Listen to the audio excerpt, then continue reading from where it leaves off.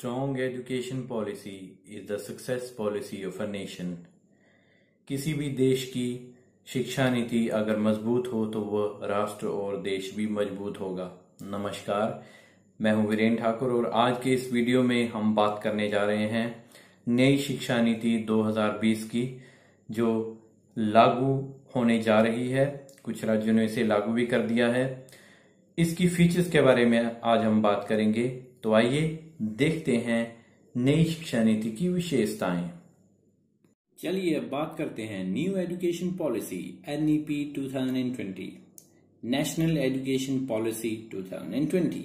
The new education policy is approved by the union cabinet on 29 जुलाई 2020। ये GK का भी बहुत अच्छा क्वेश्चन बनता है। And renamed the ministry of human resource and development as the ministry of education. It will bring transformational reforms. काफी change करने वाले सुधार जो हैं वो स्कूल एजुकेशन सिस्टम में और हायर एजुकेशन सिस्टम में आएंगे all over the country. This is the first education policy of the 21st century and replaces the 34-year-old national policy on education NPE 1986. Wow. This is a commendable change that is going to take place. About new education policy consultation. In 1986, the new or national education policy was framed and modified in 1992. Various changes during this period have taken place in our country, including society's economy and the world at large. Therefore, it is necessary to change or gear up the education sector as per the demands of 21st century. इसलिए ये बहुत important हो जाता है कि हम education policy को काफी स्ट्रॉन्ग बनाएं ताकि वो समय की डिमांड के हिसाब से उस तरह का टैलेंट जो है वो प्रोड्यूस कर सके, जो कंट्री को आगे ले जा सके डेवलपमेंट में। Pillars on which India will become a knowledge super powers. ये पिलर्स बनेंगे, ये बेस बनेंगे, ये रीढ़ की हड्डी बनेंगे। किसमें? जिसके बेस पे इंडिया जो है नॉलेज सुपर पावर बनेगा। और क्वालिटी आएगी किसमें? इनोवेशन और रिसर्च में। जब इनोवेशन और रिसर्च अच्छा हो जाएगा तो हम क्वालिटी प्रोड्यूस करेंगे और टैलेंटेड प्रोडक्ट होने के बाद वो बहुत ही अच्छा एक इंडिया का सुपर पावर जनरेशन बनेगा।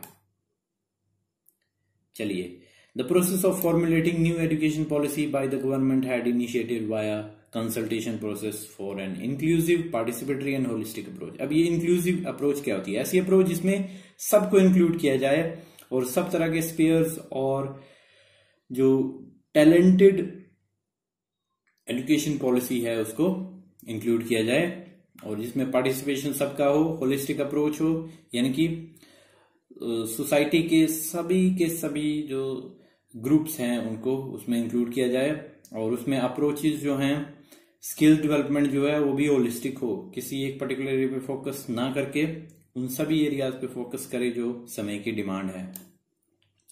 After an unprecedented formulation of consultation, new National Education Policy 2020 has been formulated and it involved around 2 lakh suggestions from 2.5 lakh gram panchayats.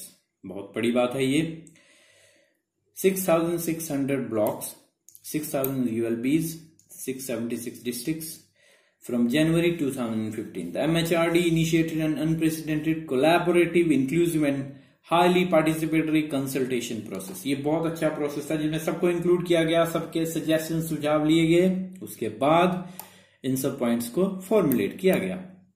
Committee for evolution of the new education policy under the chairmanship of late Shri TSR Subrahmanyam, former cabinet secretary, submitted its report on May 2016.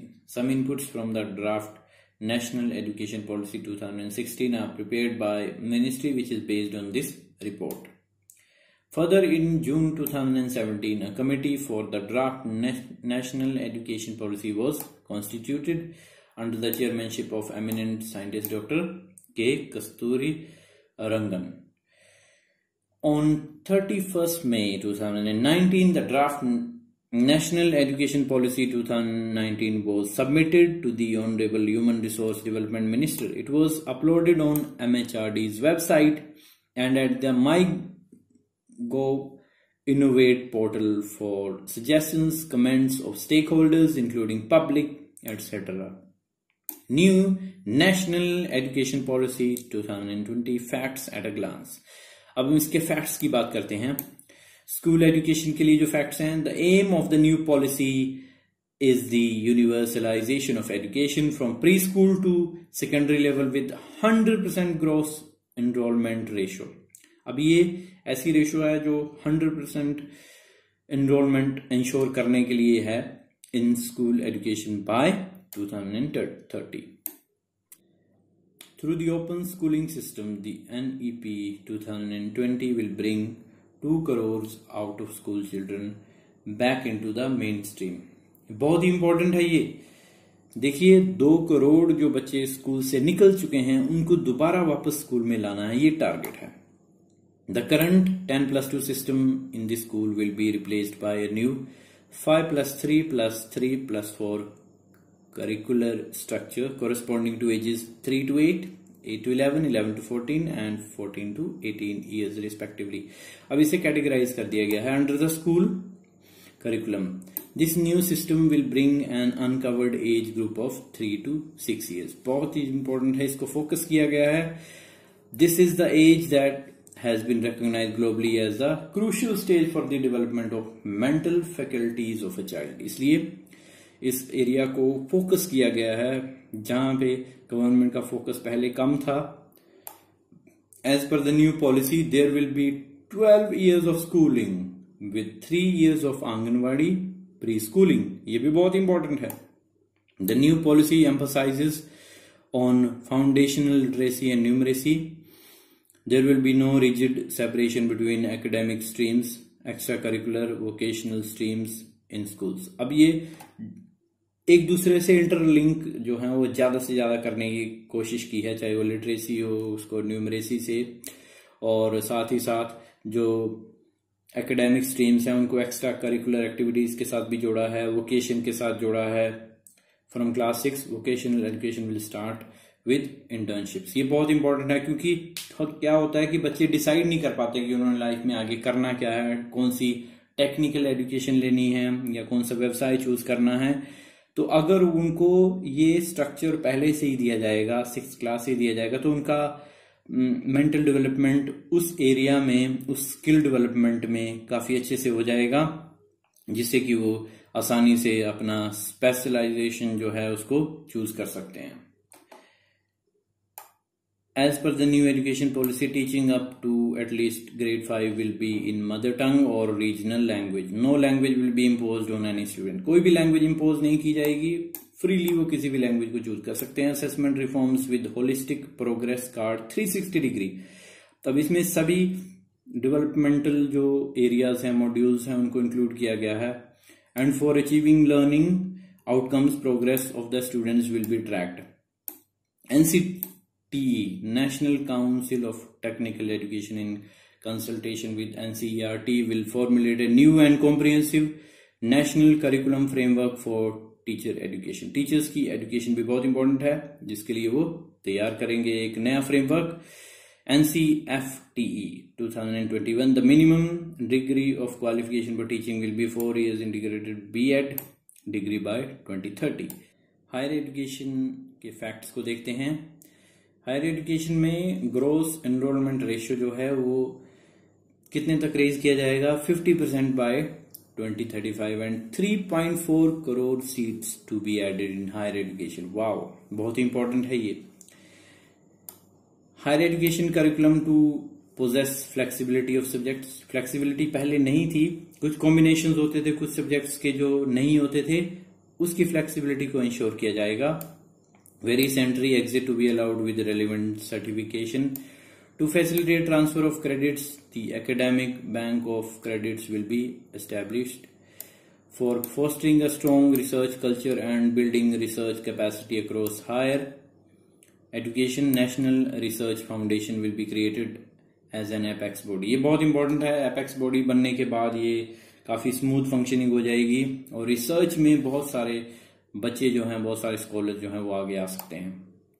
Higher education commission of India HECI will be set up for the entire higher education excluding medical and legal education. It will be a single overarching umbrella body. बहुत important है ये, सारी की सारी higher education जो setup है उसको एक अम्ब्रेला के अंडर इन्होंने कवर किया है. Higher education commission of India will have 4 independent verticals, namely National Higher Education Regulatory Council NHERC, note कर लीजिएगा. For regulation, General Education Council GEC for standard setting, कि उसका स्टैंडर्ड कैसा हो.